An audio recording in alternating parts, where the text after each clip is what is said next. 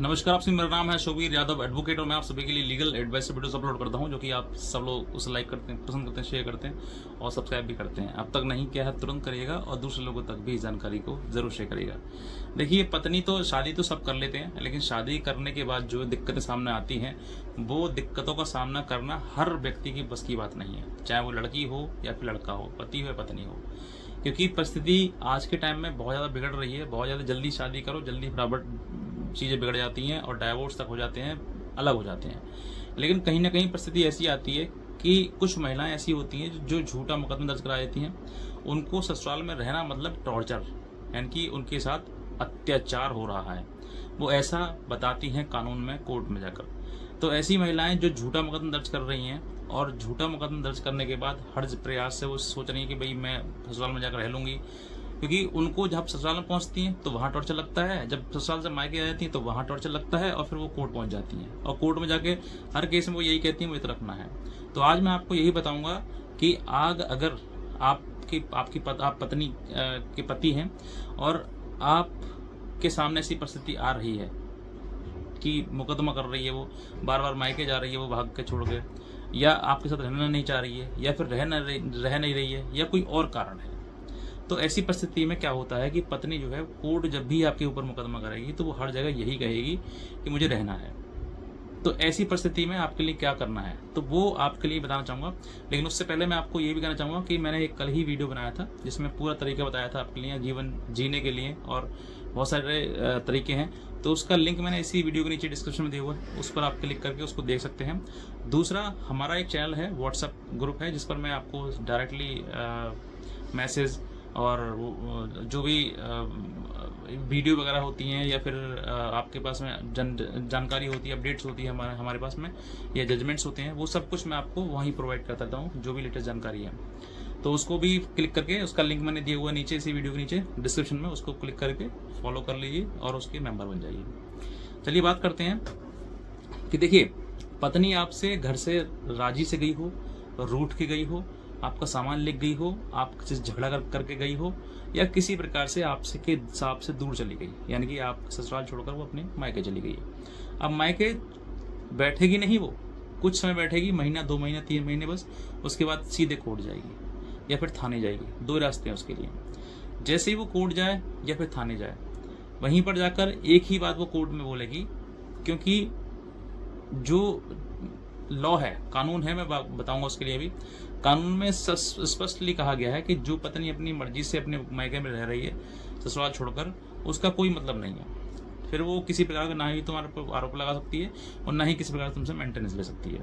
तो ऐसी महिला जो कोर्ट में जाकर ये कह रही है कि मैं रहना चाहती हूँ इनके साथ में और ये मुझे नहीं रख रहे हैं, तो आपको यहीं पर पॉइंट मतलब रखना है अपना याद, कि जब ये महिला आपसे ये कहे कि मुझे रहना है, तो तुरंत वहां से बुला के इसको, ठीक है, यही से रहना है तो मैं इसको ज़्यादा ले जाने को तैयार हूँ। इसमें कोई केस में मैं बताता हूँ आपके लिए, मोस्ट कॉमनली सबसे ज़्यादा महिलाएं जो है वो मेंटेनेंस का और दहेज का मुकदमा करती हैं सबसे तेज।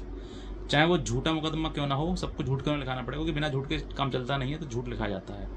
तो इसमें 498 का मुकदमा हो या फिर मेंटेनेंस का, इन 2 मुकदमों को ध्यान रखिए। घरेलू हिंसा बात की बात है, सबसे बाद में होता है, लेकिन पहले जो है वो ये 2 केस होते हैं। अगर उसने मेंटेनेंस केस में वो ये कह रही है कि मुझे रहना है, ये नहीं रख रहे हैं, क्योंकि कहीं पर भी आप जाओगे, पति पत्नी का जहां विवाद होगा तो 2 ही प्रश्न पूछे जाएंगे, रहना चाहती हो या फिर नहीं चाहती है। ये 2 प्रश्न पूछे जाते हैं, इसके बाद निर्णय सामने आता है।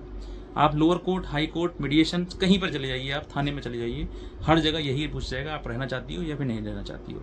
पति से भी ये पूछ जाएगा कि तुम रखना चाहती हो इसको, नहीं रखना चाहते हो। तो ये 2 सवाल हैं।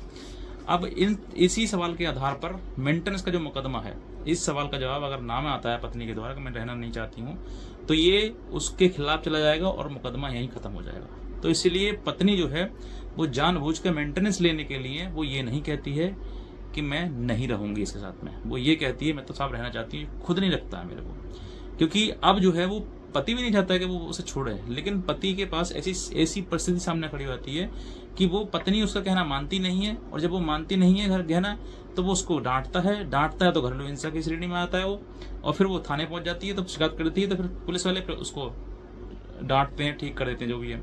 तो इसी वजह से पति जो है परेशान हो जाता है बहुत से, वो बार बार थाने, बार बार कोर्ट जाना है, इसी वजह से वो रखना ही मना कर देता है पति। लेकिन यहाँ पर परिस्थिति आप समझिए, अगर आप पति हैं और आपके सामने ये बात आ रही है कि वो रहना चाहती है, यानी कोर्ट में वो चिल्ला रही है, कह रही है कि मैं तो रहना है, इन्होंने मुझे घर से निकाल दिया साहब मार पीट के, तो ऐसी परिस्थिति में आपके लिए सिर्फ यही करना है, अगर वो रहना है तो तुरंत कहिए साहब मैं इसको ले जाना तैयार हूँ। सीधे सीधे एक बार में कहिए मैं इसको लेना तैयार हूँ और अभी लेना तैयार हूँ, यहीं से ले जाने को तैयार हूँ। तो आप जैसे ही वो कहोगे और इस बात पर जिद पड़ जाओ कि मुझे रखना है इस बात में, जैसे ही वो तैयार हो जाए आपके साथ रहने के लिए या आने के लिए, तो लेके घर जाओ और घर ले जाकर अच्छे से फिर उसको समझाओ कि परिवार जो है वो कानून से नहीं चलता है, परिवार पारिवारिक चीजों से चलता है। उन सब चीजों से वो बताओ कि ये चीजें जो है इस तरीके से घर चलेगा।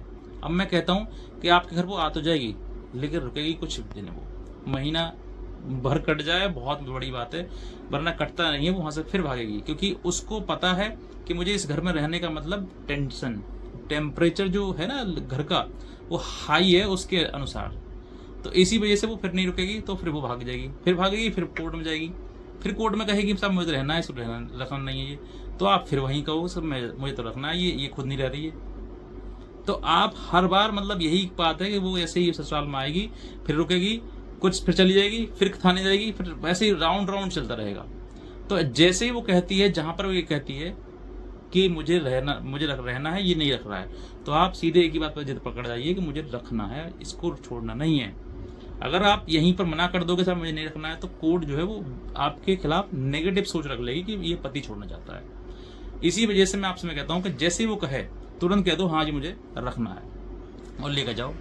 और जैसे ही लेके जाओगे घर पर फिर सही से उसको बताओ कि भाई तुम क्या कर रही हो।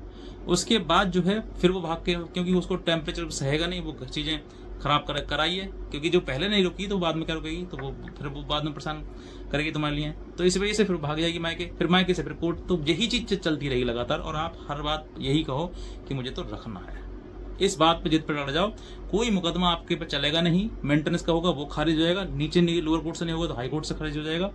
दूसरा डीबी है वो भी खारिज हो जाएगा, 498 है वो भी खत्म हो जाएगा, लेकिन धीरे धीरे हो जाएगा।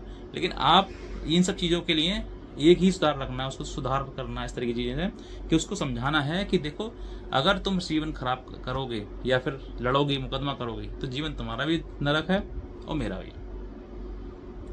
तुम कहीं पर जब जाओगी कोर्ट में तो कहीं ना कहीं तुम भी धक्के खाओगे। कहते हैं एक महिला जो है वो अपने पति से कह रही थी कि मैं तेरे जो है तुझे जेल का पानी पिला दूंगी और तेरी चप्पल घिसवा दूंगी मैं। 10 साल हो गए लड़ते लड़ते, जूते चप्पल उसके घिस गए, घुटने तक घिस गए, आज तक तो कुछ करवा नहीं पाई। तो इसीलिए ज्यादा परेशान होने की आवश्यकता नहीं है। जो लोग अपना जीवन त्याग रहे हैं ना, वो भूल कर रहे हैं, गलती कर रहे हैं। छोटी छोटी बातों पर आपको अपना जीवन इतना मतलब बेकार है क्या? छोटी छोटी बातों पर आप अपना जीवन त्याग देंगे? समझिए, अगर आप प्रेम करते हैं तो उसको प्रेम से समझाइए, और ज्यादा नहीं, कुछ समय की बात है, ये कुछ सालों की बात है, दिक्कतें खत्म हो जाती हैं। जब उसको लगेगा कि हाँ पति मेरा मुझसे प्रेम कर रहा है, मैं भी परेशान हो रही हूँ, ये भी परेशान हो रहा है, क्योंकि कहीं ना कहीं आज के टाइम में ये स्पष्ट हो गया है कि महिलाओं की वजह से ही घर टूट रहे हैं। परिवार में अगर वो ये कह रही है दहेज मांग रहे हैं, तो आप जो लड़की है ना, वो उस घर को समझा नहीं पा रही है, सही से चला नहीं पा रही है, इसीलिए वो दहेज चला रहे हैं। वरना दहेज कोई नहीं मांगेगा। आपको सबको पता है आज टाइम में दहेज के क्राइम है, कितना घर परिवार परेशान हो जाता है, कोई नहीं मांगता है।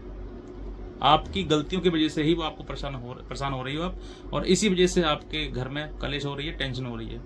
और आने वाले टाइम में जब आप ये समझ नहीं पाओगे तो बार बार यही कहोगे दहेज मांग रहा है, दहेज मांग रहा है, दहेज मांग रहे हैं। दहेज कोई नहीं मांग रहा। अगर तुम अच्छी हो, घर से परिवार अच्छे से चला सकती हो, या परिवार को सही से हैंडल कर सकती हो, उस परिवार में जगह बना सकती हो, तो वो दहेज नहीं तुम्हें मांगेंगे, और बार बार मांगेंगे। कहेंगे मुझे कुछ नहीं चाहिए, मेरी बहू चाहिए, मेरी पत्नी चाहिए, मेरी भाभी चाहिए, मेरी चाची चाहिए, वो यही चिल्लाएंगे सबके सब। लेकिन तुम क्या करती हो?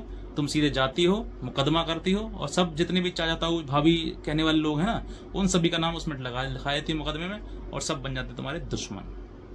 फिर तुम्हारा उस घर में रहना असंभव सा हो जाता है। यही कारण है, मेजर कारण, जिस वजह से तुम्हारा घर परिवार टूटता है। और यही आजकल महिलाएं कर रही हैं, और यही गलतियां हो जाती हैं, और इस गलती की वजह से ही पूरा जीवन नरक बन जाता है, और अकेले व्यतीत करना पड़ता है, जीते जी विधवा वाला जीवन जीना पड़ता है तुम्हारे लिए। ये बात थोड़ी कठोर है, लेकिन आप समझिए कि इस रिश्ता बिगाड़ने से नहीं, बनाने से बनते हैं। इतना ही कहना चाहूँगा। अगर आप नए हैं, सब्सक्राइब कर लीजिए और शेयर जरूर करिएगा दूसरे लोगों तक, ताकि और भी लोग इस तरीके से समझ सकें। पत्नी को तो जरूर शेयर कर दिएगा इस वीडियो को। और एक हमारा ग्रुप है, व्हाट्सएप ग्रुप, उस पर भी मैंने आपको लेटेस्ट जानकारी, अपडेट्स और जजमेंट्स वगैरह प्रोवाइड करता रहता हूँ। उसका भी लिंक मैंने इसी वीडियो के नीचे डिस्क्रिप्शन दिया हुआ है, उसको क्लिक करके उसको फॉलो कर लीजिए, ताकि आपको लेटेस्ट जानकारी और अपडेट्स मिलती रहे। आज का वीडियो देखना आपसे बहुत